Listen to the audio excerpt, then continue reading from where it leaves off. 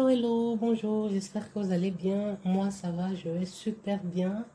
Aujourd'hui, je vais vous présenter le bilan de cette semaine qui se termine, hein. La semaine 2 pour moi, parce que mon mois de janvier est un petit peu décalé. C'est sur 4 semaines et non sur 5 semaines. Donc, c'est ma semaine 2 du mois de janvier.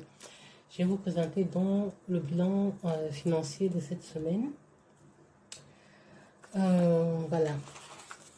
J'avais déjà tout prénoté pour faire un petit peu court ma vidéo. Cette semaine-ci, mon budget, c'est un bilan essentiellement axé sur le budget alimentaire, d'autant plus que la plupart, j'ai pas changé de méthode. La plupart de mes enveloppes sont au mois.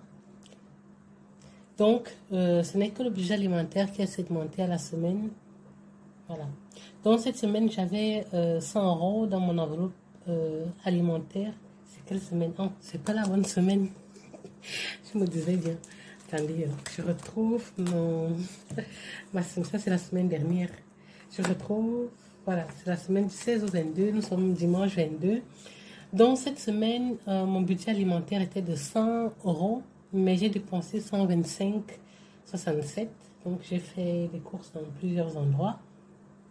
Cette semaine également, j'ai reçu les factures de garderie de mes enfants. J'ai payé 118,80 €. Donc, je rentre dans mes frais parce que j'avais budgétisé 120 € en début de mois. Donc, le budget de janvier pour la garderie des enfants, c'était 120 €. Donc, du coup, j'ai dépensé 118,80 €. Donc, voilà, je rentre totalement dans les frais.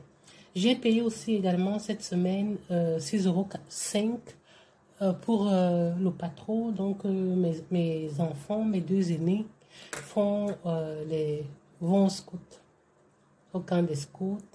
Et ici, la semaine prochaine, le deuxième, ils ont une activité à l'extérieur. Donc, ils vont prendre le train pour aller dans un parc. Et il fallait contribuer à hauteur de 6,50 € par enfant. Donc, j'ai payé 6,50 € pour lui. La mutuelle m'a remboursé cette semaine 5 € parce que la semaine dernière, j'ai été avec mon dernier au médecin et voilà, j'ai payé la consultation et je vois qu'on m'a remboursé que 5 € dans cette consultation-là. Pour mon internet, cette semaine, j'ai reçu une désagréable facture de 99,97 € à payer. Pourquoi? Normalement, je paye tous les mois 49,99 €. Mais il semblerait que lors de mon déménagement, il y a eu une facture qui a été bloquée. Et c'est vrai que j'ai beau appeler comme que je ne reçois pas de facture. On me disait qu'il n'y avait pas de problème pour venir me faire payer deux factures coup sur coup. Coup sur coup. Donc du coup, j'avais 99,97 € à payer, ce que j'ai fait.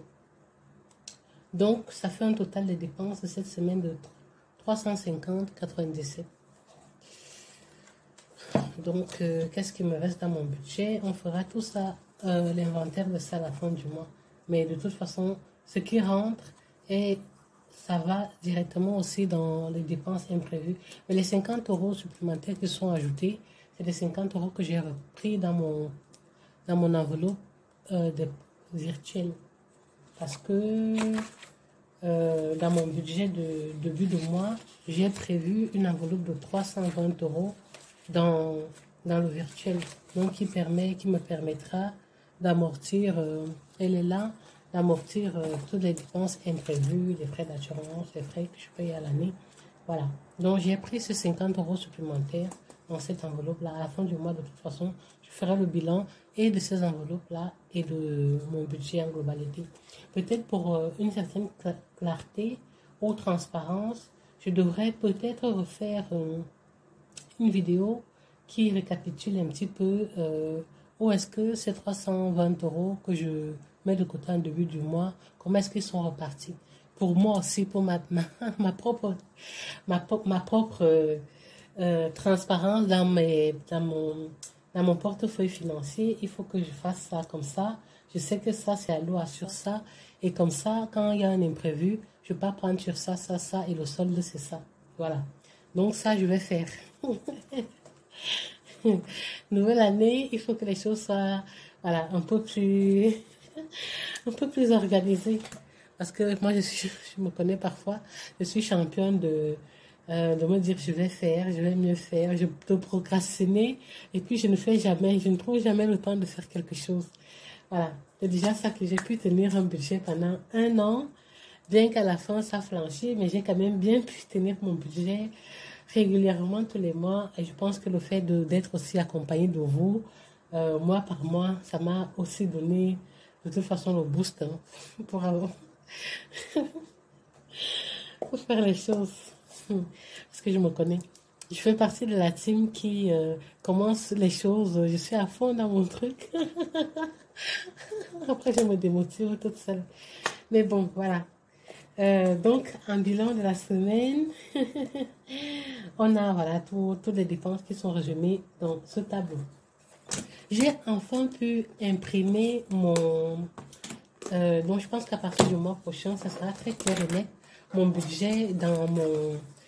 oui, je n'ai pas pu faire comme l'année dernière sous forme de petits classeurs parce que je trouve que ici c'est aussi très bien, d'autant plus que chaque année il faut changer. Donc, pour que ce ne soit pas coûteux pour rien, j'ai imprimé ça tout simplement en noir et blanc. J'ai enlevé tout ce qui n'est pas nécessaire. Donc, une première page qui est un petit peu, qui parle de mes projets à moyen, à court et à long terme. Je n'ai pas encore réfléchi. Donc, je n'ai pas encore trouvé non plus le temps de m'asseoir pour faire mes objectifs, mes intentions de l'année 2023. J'en ai pourtant plein. Donc, je vais m'asseoir pour faire ça et compléter ma partie idée qui sera privative, bien évidemment. Et voilà, je suis aussi, c'est mes objectifs à moyen, à long terme. J'ai bien mon objectif sur les 5 ans, à acquérir une habitation propre qui est là sur 5 ans. Voilà. Donc, voilà mon planning. Il est là.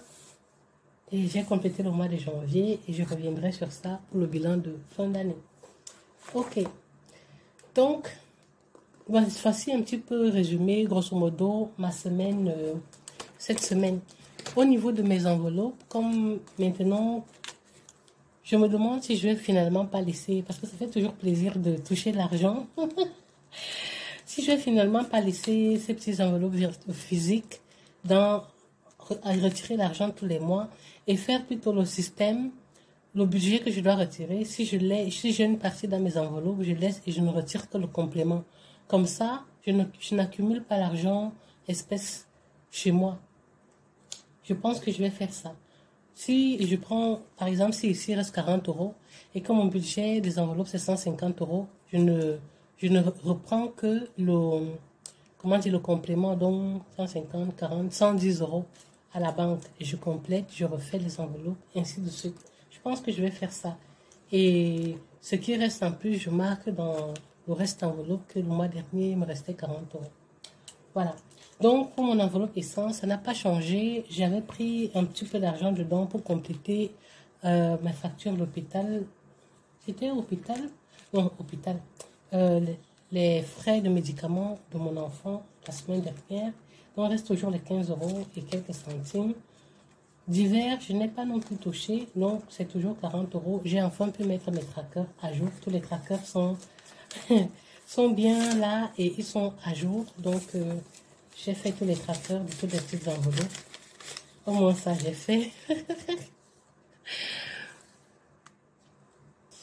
Voilà, au moins ça, j'ai réussi à le faire. Donc, c'est bon. L'enveloppe de mes enfants non plus, je n'ai pas encore touché. Je n'ai pas dépensé cette enveloppe. Loisirs et restaurants, pareil. Le tracker est à jour, mais je n'ai rien touché dans cette enveloppe. Tout est encore là. Dans l'enveloppe entretien, c'est une enveloppe qui est vide depuis la semaine dernière, donc je n'ai pas touché non plus. Dans mon enveloppe santé, c'est une enveloppe vide aussi depuis la semaine dernière. Et pour mes autres enveloppes qui sont au moins, notamment l'enveloppe personnelle, perso, je n'ai pas touché. Ici, le défi de 5 euros va recommencer. Si jamais j'ai des 5 euros, j'en ai déjà là-bas que je vois. Santé, c'était déjà une enveloppe vide. Reste enveloppe de moi n'est pas fini. Mon enveloppe perso, ici en début de mois, évidemment, Je me suis attribué 20 euros dans l'enveloppe perso. C'est 20 euros qui sont toujours là, que je n'ai pas dépensé, mais que j'ai décidé de garder avec moi dans mon portefeuille. Donc, janvier, 20 euros. Je n'ai pas encore utilisé, c'est toujours dans mon portefeuille. Également, pour l'enveloppe don, je n'ai pas encore... j'ai attribué 5 euros à cette enveloppe don en début de mois. Voilà. Un don qui doit normalement aller à quelqu'un, mais pas impérativement. Donc, les 5 euros, je n'ai pas encore trouvé un preneur pour ça. Mais voilà, ce n'est pas impératif. Hein. Si je ne trouve pas quelqu'un à qui donner les 5 euros, ce n'est pas que ça manque les gens à qui donner, mais bon, je fonctionne au feeling. Je fonctionne, je ne sais pas, au coup de cœur. Voilà, donc c'est encore dans mon portefeuille également. Pour la semaine 3, qui va commencer, dans la semaine prochaine, nous sommes toujours au mois de janvier, semaine 3, sachant que mon budget était de 400 euros et que j'ai dépensé plus que la normale, je pense que pour la semaine 3, le budget ne sera pas de 100 euros. J'ai déjà dépensé 139, attendez, 139,99 plus 125,67. Le budget c'était 400 euros. Il me reste 134 euros. Donc si je mets 100 euros cette semaine, la semaine prochaine j'aurai 34 euros en alimentation pour vivre. Donc ce que je vais faire, je vais diviser ça par 2. Je vais mettre 67. Donc, non, je vais mettre 70 euros parce que l'autre semaine, c'est quand même la semaine des salaires. On ne sait jamais, je peux décider d'arrondir un peu. Je mets 70 euros cette semaine. Ok. Du coup, je vais laisser 67 fois 2 moins 70 euros. Il va rester 64 euros pour la semaine prochaine. Donc voilà. Donc pour cette semaine 3 du mois de janvier, mon budget alimentaire est de 70 euros. Voilà. Et vous, comment s'est passé cette semaine qui s'achève du mois de janvier? J'espère bien au niveau de vos projets personnels, au niveau de vos projets financiers. Et dites-moi, quel mois de l'année vous prenez le temps pour faire vos intentions pour l'année qui suit? Vous faites ça plutôt en début d'année ou en fin d'année? Moi, normalement, c'est quelque chose que j'aime bien faire en début d'année. Je préfère que l'année se termine, voilà. Une page se ferme, une autre qui commence. Je commence à planifier, à réfléchir, à rêver. C'est vrai que je commence déjà à rêver vers la fin de l'année, de la nouvelle année, comment est-ce que je vais repartir mes projets. Mais cette année, j'ai réfléchi, j'ai réfléchi, mais je n'ai rien écrit. Et c'est toujours important d'écrire peut-être ces projets. Ça permet une façon de, comment on dit, de prêcher, de donner vie, de donner la vie à ces projets-là. Peut-être écrire, ça leur donne plus de profondeur. Je vais le faire tout encore dans ma tête. Et voilà, mais je vais quand même m'y mettre. Sur ce, je vous souhaite un bon dimanche. Je vous souhaite une belle semaine, dernière semaine du mois de janvier. Troisième semaine du mois de janvier. Janvier, c'est jusque la semaine prochaine. La semaine prochaine. Voilà, je vous souhaite une belle semaine et je vous fais de gros bisous. Nous, on se retrouve soit en commentaire, soit, voilà, à la prochaine vidéo. Gros bisous, au revoir, bisous.